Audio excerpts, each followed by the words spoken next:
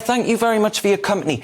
I wonder if you might take us back and let my audience know why he's actually wanted in the United States in the first place. Yeah, thank you, Darren, for having me. It's one of those situations that whether you like Julian Assange or dislike him, that's kind of irrelevant because it's about the concept of what's going on with the extradition and what he actually did. I mean, he described himself as a journalist, and his platform, WikiLeaks, received documents and essentially leaks from whistleblowers, and he published them.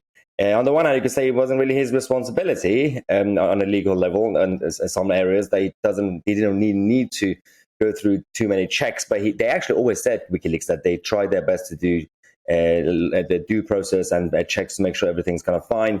Of course, there were times when certain things were leaked and mistakes were happening. But the American system and the government are going after him using a generic laws against him, saying that, well, you basically are a threat to national security. He is a threat to the establishment in terms of when we talk about national security, but it's not a threat to ordinary people in these countries.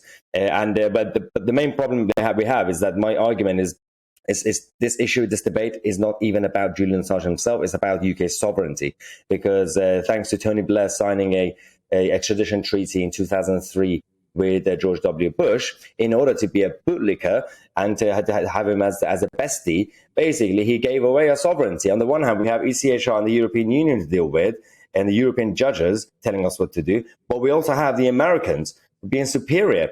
And if for example a diplomat or a wife of a spy or someone accidentally kills someone in this country, we won't be able to take and bring him back into this country.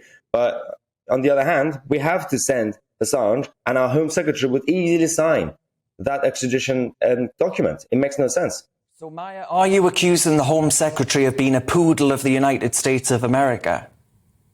Absolutely. Priti Patel is weak and feeble, and her whole the establishment, the Home Office, and the government in general. And in this issue, we are surrendering our powers and our sovereignty to the Americans, and this is absolutely disgusting because it's just creating a bad precedent. Right now, some people would be happy because they don't like Julian Assange, saying, because we don't like Julian Assange and because we've been told he's a baddie, then let's support Priti Patel's decision. But what about tomorrow? What about next week? What about next time that something else happens and someone else will happen, and this is what precedent will happen? Yeah.